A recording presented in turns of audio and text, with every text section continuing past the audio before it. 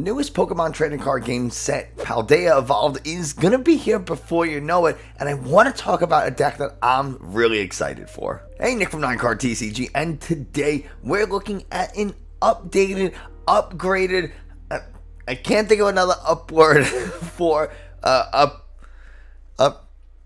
think of another, I can't think of another update or a word that's such an up for Single Strike Lugia. I mean, you're always, listen, you know me at this point, right?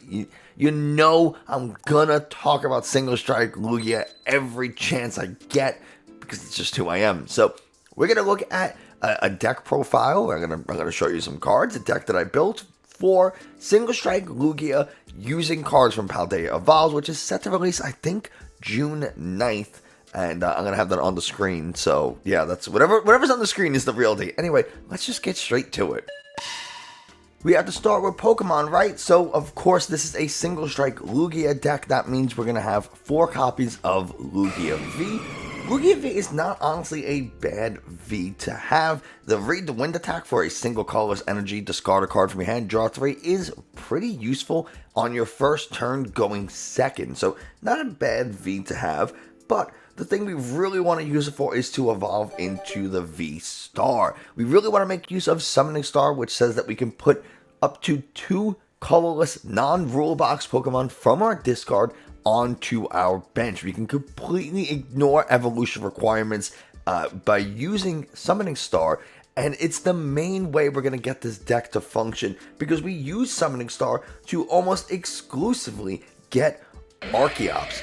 Archeops is the Pokemon that allows us to accelerate energies with the Primal Turbo ability. Once during your turn, you may search your deck for up to 2 special energies and attach them to one of your Pokemon. That means if you have 2 Archeops in play, you can go ahead and search your deck for up to 4 energies and attach them to one or two of your Pokemon. Lugia VSTAR has an attack cost of 4 energies, 4 colorless energies. Tempest Dive does 220 damage, and you get to discard a stadium card from play if you so choose. So that means if we have 0 energies on that Lugia, we can play Archeops, we can use Summoning Star to get the Archeops in play, and then use both Primal Turbos to search our deck for some energy cards, attach them to the Lugia, and attack right away. It's really, really good.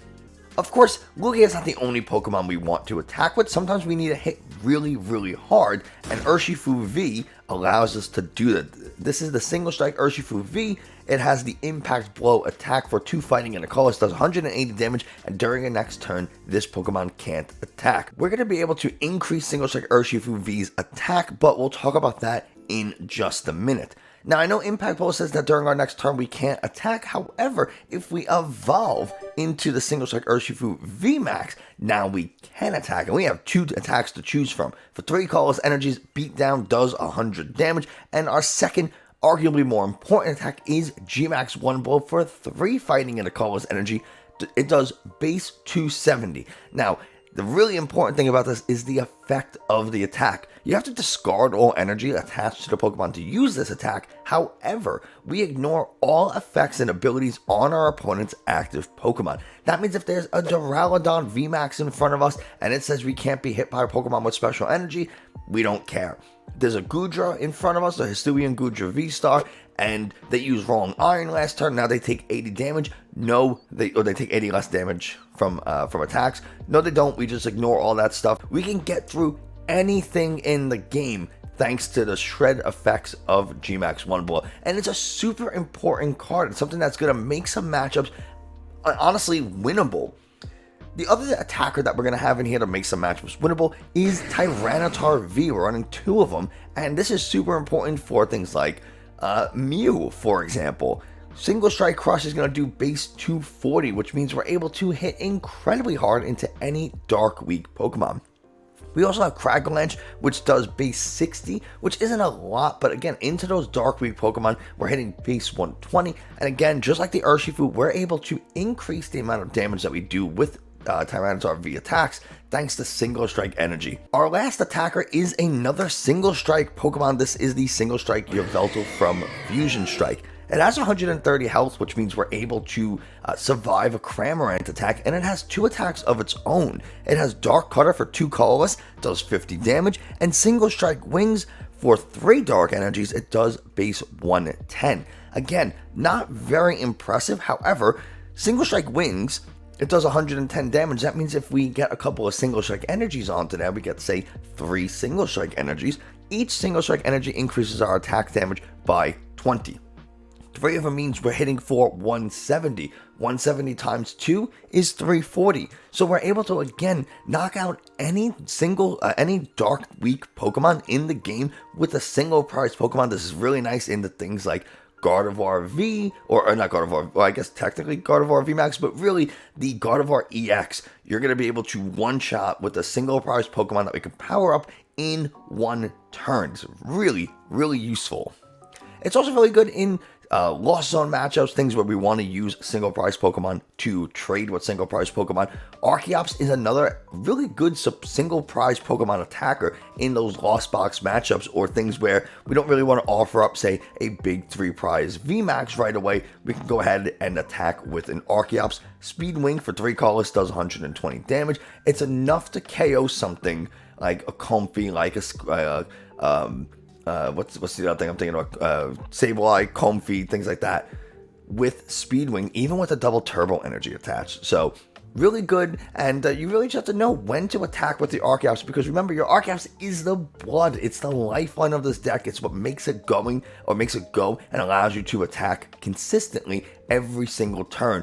It makes it so that your Pokemon don't get boss trapped in the active, because you just can accelerate energies to any of your Pokemon and get them to retreat. So you don't want to use your Archeops unnecessarily, but you do have the option of attacking with them. We do have a few more Pokemon in here, and so far this deck is looking really similar to what we have already, but we do have a copy of Lumineon V with the Luminous Sign ability. When you play this card from your hand to the bench, you may search your deck for a supporter and put it into your hand. This is super useful. We want to find like Boss's Orders for game. We need to find Research or Professor Burnet, so we can go ahead, discard our hands, find some new cards, get some things, and get some things going. Lumineon's a great support Pokemon for that. A brand new support Pokemon is Squawkabilly EX. This is a fantastic support Pokemon for Lugia specifically because of the show off ability. It says once during your first turn, you may discard your hand and draw 6 cards. You can't use more than 1 show off ability each turn. So on our first turn of the game, we go ahead and get Squawkabilly into play. This is super nice because it means if we have something like double Archeops in hand and a Nest Ball, but no Ultra Ball, no Research, anything like that, we can still discard those Archeops immediately using Show Off. We do have to get it into play on the first turn of the game, which can be a little difficult, but something we can still manage. And our last Pokemon is Radiant Tsareena. It has the Elegant Heal ability. Once during your turn, you may heal 20 damage from each of your Pokemon. This is really important for the Lost Box matchup, where they want to hit your Archeops with Radiant Greninja's Moonlight Shuriken, which does 90 damage, bringing them from 150 down to 60. And then they have the Sableye, which does 120 damage counters. They could split that up 6 and 6 onto both of your Archeops, take a KO, knock out both of your Archeops, and now you have no way of accelerating energy anymore. The Radiant Tsareena, the Elegant Heal, means that you heal 20 damage from both, which brings them both up to 80 health, and so they can only KO 1 of your Archeops, which makes a huge difference. And I've used Radiant Tsareena in that capacity to prevent the double KO from Greninja Sableye in like Turbo Lost Zone decks. So I would definitely say do not cut it right now, at least until Lost Zone decks take a back seat. But at the moment, they're doing pretty good, so I would keep it until otherwise noted. We have a lot of Pokemon to find. We have our Lugias, we have our Squawkabilly, anything like that. So we have Nest Ball to help us find a basic Pokemon and put it directly from our deck to the bench. It is worth noting that something like Lumineon's Luminous Sign ability cannot be used if you search for it with Nest Ball, because Lumineon says it has to go from the hand to the bench, and Nest Ball goes from the deck to the bench. So important to note that. You also cannot play Nest Ball if you have a full bench. So a couple of restrictions to Nest Ball, but it's still a very important card. A card that is very unrestricted is Ultra Ball. We want to have 4 Ultra Balls so we can go ahead, discard 2 cards from our hand, and search our deck for any Pokemon we want. This is super useful because if we have Archeops in our hand, we can go ahead and discard them with Ultra Ball to get them in the discard pile so we can pull them back out into play with Summoning Star. It also just lets us find literally any Pokemon in our deck, and it's super, super useful. A card that I thoroughly dislike but kind of have to play is the Capturing Aroma. We're still running 4 of them, unfortunately, at least until a better Pokemon search option comes out. Flip a coin. If heads, search for an evolution Pokemon. If tails, search for a basic Pokemon. And there are different ways we can go ahead and use Capturing Aroma. One of the things is you flip heads, you can go ahead and get your Archeops, you can go ahead and get your Lugia VSTAR, whatever.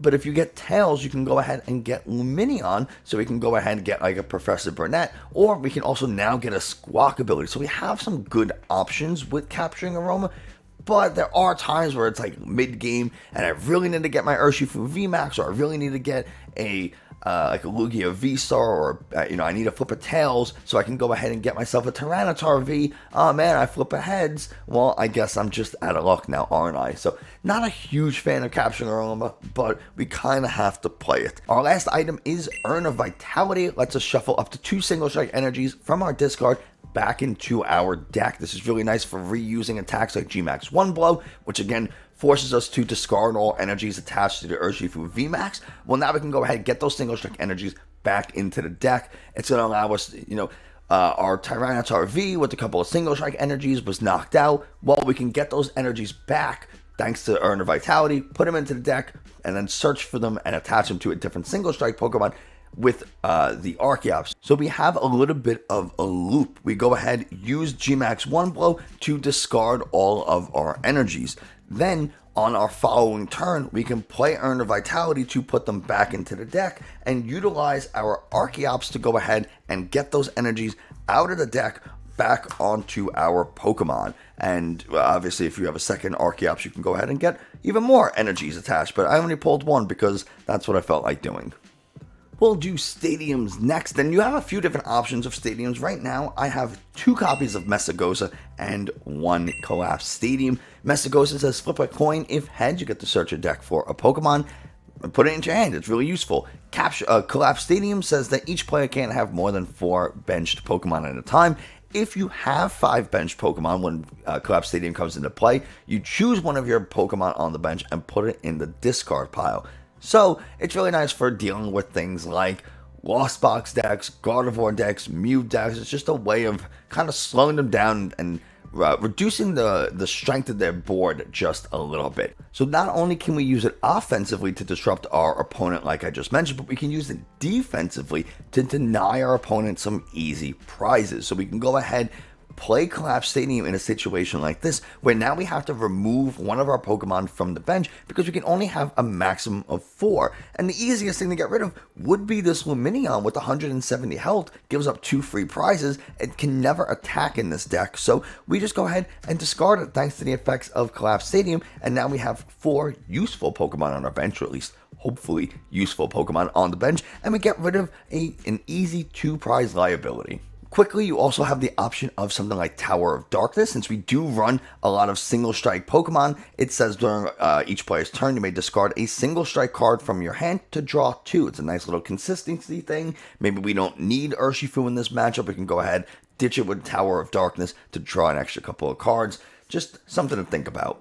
Next up are the supporters, and the first one I really, really like, and it is Thorton.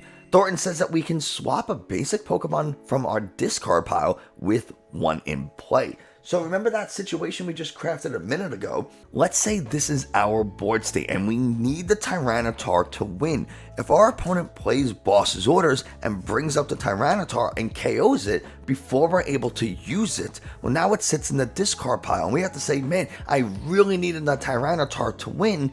What do I do? Well, what I can do is I can promote the Lumineon so I don't have to retreat anything, and then I can go ahead, play Thorton, which lets me swap a basic Pokemon from my discard with one of my basic Pokemon in play. So now this Tyranitar is now back in play, and the Lumineon gets put into the discard. This is an incredible way of recycling Pokemon that you don't have a ton of. Maybe you're really relying on this Radiant Tsareena. Maybe you're playing against something super early game and you have one Lugia in play, and you say, oh man, I only have one Lugia. They boss it up, and then they KO the Lugia, and it leaves you with just a Tyranitar. You're like, well, I guess I'm in a lot of trouble. You can go ahead and play Thorton, and now the Tyranitar becomes the Lugia. The best part about Thorton is that everything about the Pokemon stays the same. So the number of turns that it was in play stays the same. So if your turn 1, this was your turn 1, and then your opponent goes, they're playing Miraidon, they play Escape Rope, they force you to bring up the Lugia, and they knock it out with the Raikou. Now that it's in the discard, now you had this Lugia VSTAR in hand, you can go ahead, play the Thorton, swap those, and now still evolve because it retains the same number of turns in play. And it's just a really nice way of, if you can't get a second Lugia for some reason, maybe you really had to find a Squawkabilly so you can get those Archeops in the discard, maybe you really had to play a different supporter last turn, whatever it is, or you just couldn't find another Lugia, this is a great way of recovering things and kind of keeping you in the game a little bit longer. I know I spent a little bit longer on something like Thornton than I would want to, but I do think it's really nice tech, and I think there's a lot of utility in it. The next supporter is Professor Burnet. Search your deck for 2 cards and put them directly into your discard pile. I think this is such a great supporter for a Lugia deck, especially if you go second. Your first turn going second, you can pull off a Burnet, you get a Lugia in play, especially if you know your opponent can't KO it on the next turn. Maybe it's like a Lost Zone deck or something. There's really no reason to think that they're going to KO it. I mean, I guess a Dragonite could, but whatever. You play the Burnet, get the 2 Archeops in the discard, and now next turn you just evolve, Summoning Star, and you're good to go. It's really, really nice. We're going to keep a copy of Serena because it has dual function. We can swap one of our opponent's bench Pokemon V with their active, so it's a really nice way of either stalling something or taking a KO. And we also have the option of discarding up to 3 cards from our hand to draw until we have 5 cards in hand. It's not the best supporter, and it might be something that I do decide to cut later, but I do kind of like the dual functionality of it. And again, it's just another way of discarding up to 3 cards, which means we can discard up to 3 Archeops if we want to, even though we can only get 2 in the discard. I'd rather discard that 3rd Archeops than keep it in hand and have it do absolutely nothing. Speaking of bringing up Pokemon from our opponent's bench to the active, 2 copies of Boss's Orders to do exactly that. Next up is a brand new supporter that everybody, including myself, is super excited for, and that is Iono. Iono says that each player shuffles their hand and puts it to the bottom of their deck, then they draw cards equal to the number of prize cards they have remaining. This is amazing. It does a couple of things. It is an excellent comeback card. Your opponent has 1 or 2 prizes remaining. You can go ahead, play the Iono, and now they only have 1 or 2 cards in hand. You get to see a fresh set of 6. It's also really nice because if you really early game, you're like, man, my hand is dead. All right, well, I'll just play Iono, put all those cards to the bottom. I don't have to discard them, which is great for something like Lugia. Lugia doesn't really want to discard things other than the Archeops, but sometimes you're forced to discard a bunch of cards, but like Professor's Research, now you lose all those, sometimes you get those Lugia hands where it's like, I have an Urn of Vitality and 4 energies, and if I discard all my energies with this Professor's Research, I'm probably going to lose the game. So now we can play Iono, put those energies back to the bottom of the deck so they can be accelerated out with Primal Turbo later, and we still get to see a fresh set of 6 because it's the beginning of the game. We still have 6 prizes. It's also a really balanced card because we're not locking our opponent out of the game. If I go second and I play Iono, well, my opponent hasn't had a chance to take any prize cards yet because they can't attack on their first turn, so they're still going to see 6 cards, and I don't lock them out entirely like people could get locked out of games with like Marnie Path. It's a little bit harder to Iono Path because they're going to see those extra 2 cards, plus their top deck, they're seeing, they're seeing 2 more cards than you would with Marnie, and you'd be surprised, sometimes those 2 cards really do make a difference. So this is a really well-balanced card, and it's a really nice comeback card that a lot of people, like I said, including myself, are super excited for. The last supporter is 3 copies of Professor's Research. We don't want to discard a lot of stuff, but sometimes you just have to. Sometimes you just need to see 7 cards, and you don't want to play Iono if your opponent has 5 prize cards remaining, but only 1 or 2 cards in hand. So now we can just ditch our hand, see 7, and leave them with the 1 or 2 cards that they have.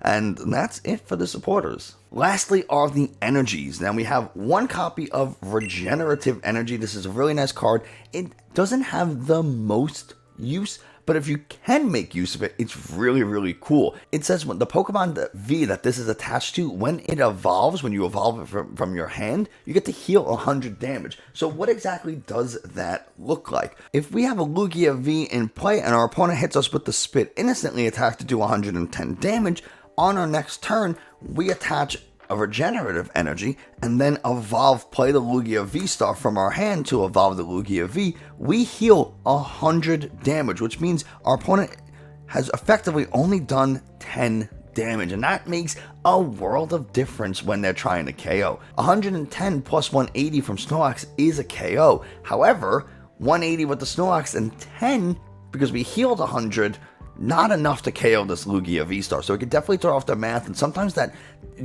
they lose a turn. They don't take the prize cards as quickly, and that could be the difference between winning and losing for Lost Box decks. Sometimes the margin is just so tight. And I personally have done this in a game where I did this in a league challenge. I had 2 Lugia Vs in play. My opponent they used Spit Innocently and attacked my active Lugia and hit me for 110. I evolved the bench Lugia V into the Lugia VSTAR, used my Summoning Star to get 2 Archeops into play. Then, I used Primal Turbo number 1 so I can go ahead and get a Regenerative Energy onto my active Lugia. Then, after I used all my Primal Turbos, I evolved and I was able to heal 100 damage, leaving this Lugia VSTAR with just 10 damage onto it. And that effectively won me the game. I think it was also the game where I did the Radiant Tsareena play that I mentioned earlier. I healed 20 damage off my Archeops, so they couldn't be Greninja Sableye back to back. But something to keep in mind, these plays, they do come up if you play enough. I can also see somebody putting in a Jet Energy instead of a Regenerative Energy, but that's ultimately up to you. We have 1 copy of the brand new Reversal Energy. This is a really interesting card, and it says if you have more prize cards remaining than your opponent, and this card is attached to a evolution Pokemon that does not have a rule box, then it provides energy of every type and provides 3 energies at a time. So that means, really, if we have more prize cards remaining than our opponent, Archeops can now attack for a single attachment. And it doesn't get a damage reduction like it would with double turbo energy. That is incredible. In this particular deck, Reversal Energy can only be used on the Archeops. It's an evolution non-rule box Pokemon. This could not be attached to something like the Snorlax, like that rotated. The Unfazed Fat Snorlax, a Thumping Snore Snorlax. That thing is not an evolution Pokemon, which means you could attach Reversal Energy to the Snorlax, but even if you have more prize cards remaining than your opponent, you'll never get 3 energies from this. You'll always only get the 1. But I do like having a copy of Reversal Energy because you don't always want to use all your double turbo energies. Sometimes you need them to retreat. Sometimes you need to power up something else. And having just 1 of these, or maybe even 2, is really nice to allow your Archeops to attack later in the game. The next energy is that double turbo energy, and it provides 2 colorless energies to any Pokemon that we attach it to. However, the attacks of the Pokemon this is attached to do 20 less damage. So now, something like this Archeops, if we attach a double turbo energy, Speed Wings now does 100 damage, and we're no longer able to KO something like a Cramorant in 1 hit. So we do have to be a little bit careful about attaching the double turbo energy and making sure that our math still maths. 2 copies of Impact Energy. This is useful because we do have a few different single strike Pokemon in the deck. We have dark and fighting type energies that we need to meet the requirement of. So we can go ahead, use Impact Energy. It counts as all energies. However, you can only use one at a time. Also, it can only be attached to single strike Pokemon. The cool thing is that it prevents your Pokemon that this is attached to from being poisoned. And if your Pokemon is poisoned when you attach this card, you get to heal that poison. We have 2 copies of V-Guard Energy. The Pokemon that this card is attached to takes 30 less damage from the attacks of your opponent's Pokemon V. Just a way to keep them alive a little bit more. Giratina V-Star hits for 280. That means if they hit into our Lugia V-Star, they would KO it. Lugia V-Star is 280. However, attach a V-Guard Energy. Now it has 310 health. And Giratina V-Star has to work a little bit harder in order to take a KO then. 2 copies of Gift Energy. It provides a colorless energy, and whenever the Pokemon that this card is attached to is knocked out from an attack, we get to draw until we have 7 cards in our hand. Really, really nice way of just like ensuring that we don't get stuck with really bad 2 cards from like Iono or something late in the game. We can now go ahead and get 5 new cards plus our top deck if they knock out the Pokemon that this card is attached to. Really nice and really, really useful. Our last energy is Single Strike Energy that we've mentioned a few times. It provides either Dark or Fighting. I mean, I guess technically it provides both Dark and Fighting Energy, but only one at a time. And just like Impact Energy, can only be attached to Single Strike Pokemon. However, the damage from the Pokemon that this card is attached to does 20 more damage to your opponent's active Pokemon. So we have something like Urshifu V. Impact Blow says it needs 2 Fighting and a Colorless. Well, if we get 3 Single Strike Energies on there, get under there, we're no longer doing the base 180, now we're doing 240 damage, because now it goes 180, 200, 220, 240. So it's just a good way of doing some extra damage. Something like the Single Strike Urshifu VMAX can do up to 350 damage, because 270 plus 80 is 350, which is enough to knock out any Pokemon in the game. So there you have it, an updated Single Strike Urshifu Lugia deck that I'm really, really excited to play, but I want to hear from you. What are your thoughts on the deck? What do you think? What are you looking forward to the most from Paldea Evolved? Let me know in the comments below, and if you did enjoy this video, please like, subscribe, comment, all that kind of stuff. Tells YouTube this is a good channel. Other people should watch it. But that's going to do it for us today. Thanks so much, and I'll see you next time.